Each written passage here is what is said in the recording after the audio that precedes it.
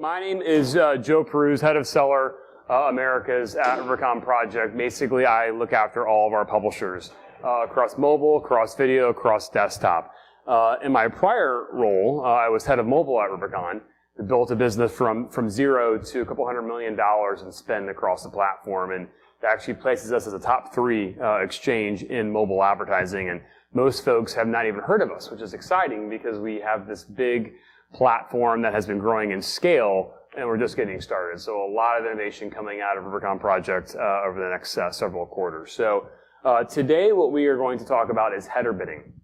And header bidding is a technology concept that has taken the web world by storm and is just now making its way into mobile apps. So we are very excited to be here at Casual Connect and to walk through what is header bidding in the app environment and why is it so important for mobile app developers. So I'm joined on stage with Larry Kandall, who is the Director of Exchange Operation at Curse. Curse is a gaming platform, communication platform, a gaming resource for game players. So Larry, first off, how many years have you been monetizing inventory? And tell us exactly, or add some more detail as to what Curse does. Thanks, Joe. So Curse is, we own about 50 websites catering to serious gamers, League of Legends, World of Warcraft. And I've been at Curse since the fall of 2014, and we've been working with Rubicon from the jump, basically. Awesome. How long have you been using header bidding? That was what I came over to install. That's the fall of 2014, and we started with you guys and AdX, and we've since integrated about 8 other header bidder partners. Awesome. Awesome. Well, I guess the first, I'd like to take a show of hands. How many folks here are app developers? Okay, how about advertisers? UA managers? What do you guys do? Throw it out. What do you guys focus on? Okay, fraud detection. Fantastic. Ad network. Great. Anything else? Do you guys use mobile phones? Yes. All right. So we're on topic. So a couple things I think are really important. We all know mobile is eating the world, but we know that programmatic is eating mobile. What I mean by that is, as ad dollars are entering into this ecosystem, they're starting to leverage programmatic channels in mobile at crazy growth rates. So you can see that in the next 18 months, 73% of every ad dollar spent in mobile will come through a programmatic pipe. So instead of a direct sold campaign delivered by a sales rep at a publisher or an app developer calling up an advertiser or a brand, instead of kind of the ad network model, programmatic models are taking off, and 3/4 of every dollar in the next 18 months will come through a programmatic pipe. So this is important. This is why header bidding is so relevant. So first, kind of what is wrong? Well, a few things that are wrong are that mediation of mobile ad demand is very inefficient. It's broken. Where we're talking about kind of practices that are dating back from the 90s. In the desktop world, it's a lot easier to test new buyers, new ad networks, new programmatic partners, new SSPs, new exchanges. It's a lot more difficult in mobile because an app developer has to add a new SDK, add a new line of code, use an engineer to update that code, send it to the App Store, go through the process all over again. It's really difficult to test new buyers in mobile, and as a result, we see very outdated waterfalls. So we're talking an SDK that may be embedded into an app that's been 2 or 3 years old, never updated. So there's a lot of inefficient practices in mobile that allow for inventory to be undersold, to not achieve its full value. So graphically, here's kind of how we represent it. If this is an app developer or a publisher, this is the ad server. They have direct demand kind of prioritized on top. And in that P12 bucket down below, you may have where all the ad networks and SSPs are sitting. And if you're a bit more advanced, maybe you have different tiers for all of your different buyers. But at a high level, this is what it looks like. The problem, though, is this programmatic buyer on the far right has demand ranging from, let's say, $1 to $2 for lowest common denominator inventory. Also might have a private marketplace buyer. So a buyer who's paid for preferential access. $15, $20, $30 campaigns. The problem, though, is that in this current outdated waterfall, it's living in this P12 priority, which means the buyers who want to pay a premium are still stuck with this bottom tier inventory. And so, we want to fix that. So header bidding has taken the desktop world by storm, and it allows programmatic buyers to be matched in the ad server at the tier that buyer is going after. And you can see it better graphically. It allows the programmatic buyers to compete at all price points in the ad server. So that $15 private marketplace buy, that private order via programmatic can now be delivered at the right priority in real time. So this does not change the logic of the ad server. Instead, it puts pricing into the ad server to make a much more optimal decision. And it's not just good for the seller, who makes more money, the app developer, but also the buyer, because the buyer now is allowed to access inventory that they will pay a premium for that's more effective for their campaigns. I'm going to go through this quickly, but at a high level, the idea of header bidding is to use the header SDK to fetch a price from the marketplace, then take that bid via a key value pair, send it into the primary SDK, who then stores it in the ad server at the appropriate price point on every single impression in real time. The ad server then makes a decision, and if that bid is won, the ad server will send that bid back then to us. We'll pull out the cached ad and then deliver it to the primary SDK for final rendering. So this is a pretty exciting world. It's allowing new buyers to access better inventory. It's allowing sellers to access all demand. And Larry on stage has been using header bidding for some time now. So at first, regardless of mobile or desktop, I'd first like to understand, what has your experience been in header bidding? What % of your revenue comes from header bidding now across all 60 of your websites and apps? Yeah, so header bidding's been a huge boost for our revenue. Basically, we improved yield about 30% from a standard waterfall to vertical setup. And we now run about 80% of our revenue, exchange revenue runs through our header auction. And we have a classic sort of waterfall underneath, but the large portion is now done at that first header auction level. So for the audience, you've been doing header bidding for quite some time now, and given that Rubicon Project is the first solution to focus on apps, to deliver an app solution for header bidding, you guys are one of the first customers of ours who are now embedding our SDK for mobile app header bidding. So I think you guys we're getting ready to go live, and I'm assuming all the learning you have for the desktop world will make an exciting launch for mobile apps. Yeah, we're hoping so. I think there's a huge opportunity to lift yields in mobile, and I think header bidding might be an important tool to unlock that value that we need. Got it. So I think one of the concerns that we hear from app developers is that, again, like I mentioned earlier, it's very difficult to create your waterfall, to get up and running. It's very difficult to make changes to your waterfall. You can go into a console of your ad server and change priorities, but it's difficult to actually swap SDKs, try new SDKs. In the desktop world, a seller may get 10 phone calls a week from any new ad network of the week that wants to access the inventory. In the mobile world, it's hard to access that because, again, you don't want to add a new SDK. So what I like about header bidding in mobile is that you can keep your waterfall the exact same.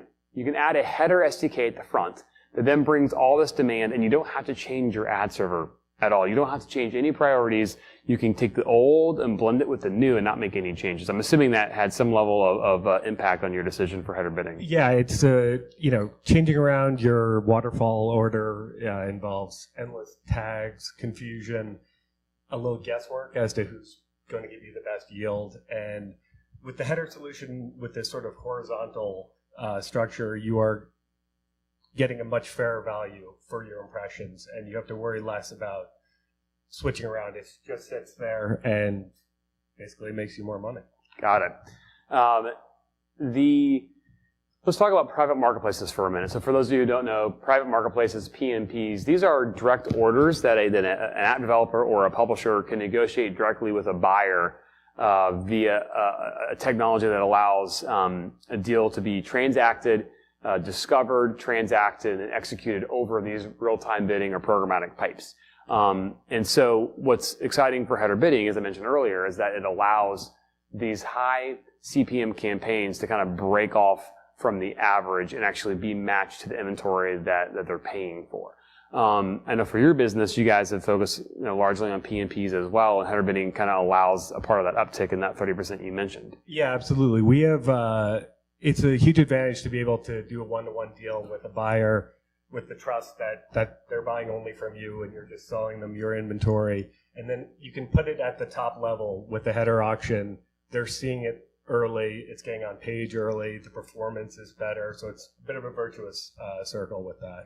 And if you weren't using header bidding, it would require you to create a new line item every single time with a passback, with latency, with discrepancy in order to match that, and it's not worth it. But with technology, it changes things. Yeah, absolutely. And you also can't guarantee that they'll see it when it gets there at that level. We want to make sure your impression is going to the person who values it the most. And I think header bidding facilitates that in a way that a classic waterfall never could. Got it. Cool.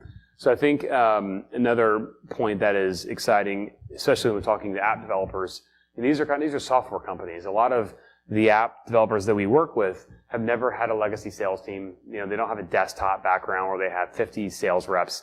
A lot of app developers are making a lot of money, but it's a small collection. A few guys, a few gals in a garage somewhere, the proverbial garage. They're not going to hire a large sales team. And so they're looking to leverage technology to actually bring these kind of this direct demand to their inventory. So if you had some advice for app developers that are not looking to kind of scale a big direct sales team, would you recommend them getting started early and kind of understanding how it works in the PMP world of mobile apps? Yeah, absolutely. To that point, it's another good advantage is one thing we do with Rubicon is you can create sort of a virtual storefront with packages of your inventory. So you don't need a direct sales team necessarily going out and pounding the pavement for you. It sits there and it's able to be discovered by potential buyers. So that sort of streamlines that process. We have a small direct sales team, but the large portion of our PMPs are just initiated through our platforms. Buyers, trading desks, advertisers will just ping us, and we can structure a deal very easily through, for instance, the Rubicon platform. Great. So one of the questions I have has to do with latency. As you've been using header bidding for quite some time now, how does latency impact the ad server? Is it an impact at all? Have you found ways to make it lower? Are some partners better than others? Is that a fear you have for mobile?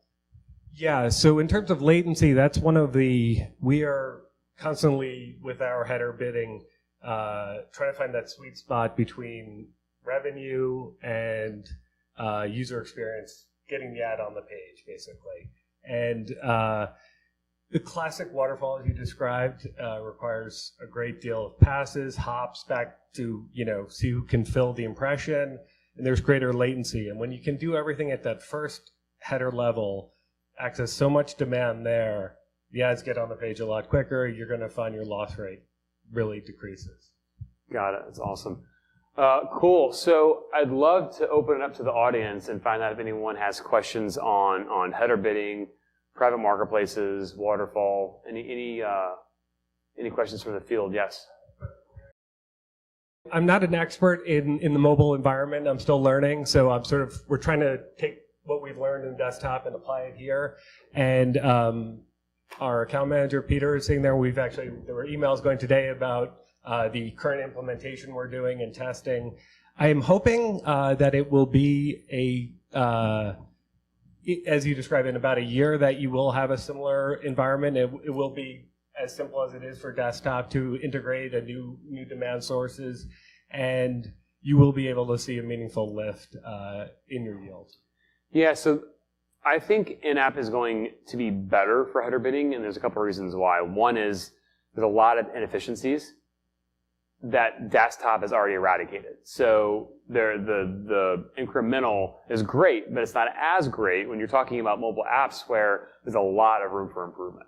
So that's the first thing. The second thing I would say has to do with the discrepancy of demand for any ad slot. And what I mean by that is a single ad slot in mobile can run a banner interstitial, can run a video, can run a native ad, a display ad. There's so many types of ads that can run in a single ad slot, whereas in desktop, you don't want to be stuffing videos into banners, so it's a display ad or it's a video ad. But in mobile, it can be any of those different campaigns. And as a result, the price discrepancy can be huge. One bidder is willing to bid $1 for that interstitial. Someone else is willing to pay $10, and then the video interstitial is willing to pay $25.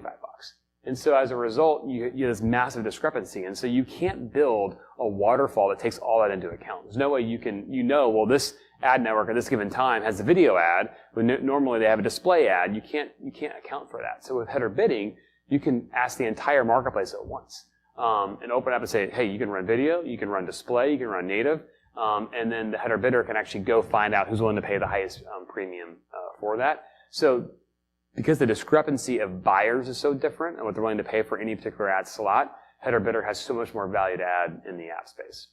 And then finally, kind of to the point earlier, simply because people don't want to change their waterfalls. This allows you to kind of avoid that. And then you can add a header bidder, and then you can see in the next 2 or 3 months or in hours where you want to make changes going forward. Yes. The question is, what is the opportunity for buyers and for marketers? So I think it's really important, going back to the fact that when you're trying to match buyers to inventory, if you're just stuck in priority 12 or priority 10 or priority 6, you're not getting access to that higher quality inventory. And so we recently launched so our header bidder technology at Rubicon is called Fastlane. And in Fastlane, we've launched an update called Lanes, where buyers and sellers can come together and negotiate preferred deals, guaranteed deals, and use the concept of lanes, a fast lane, a slow lane, etc., to get access to that. And so I think the next evolution is going to be buyers and sellers taking this technology and getting really creative on how they match campaigns. And so you as a seller can say, well, because of header bidding, I can now guarantee you a direct sold priority level, but you are allowed to use your DSP and your delivery mechanism of choice. You don't have to call my sales team and do a direct deal. So you're giving all the access of direct sales, but via a programmatic channel, so making it easy. So I think that's kind of is going to be a big boon for buyers, especially when I mentioned earlier at the $15 PMP, buyers bidding at $15 and only winning $5 inventory. That's not that effective. They're buying it in droves, so it's still effective. But imagine when a $15 bid is running at $15 inventory. So I think buyers are going to header bidding will allow buyers to get much more efficacy and effectiveness from their spend. ROI is going to go up, and we think that's going to bring more money into mobile app advertising. I'm just going to say thank you. All right. Thank you for a great job. Appreciate it. Thanks, Larry. A lot.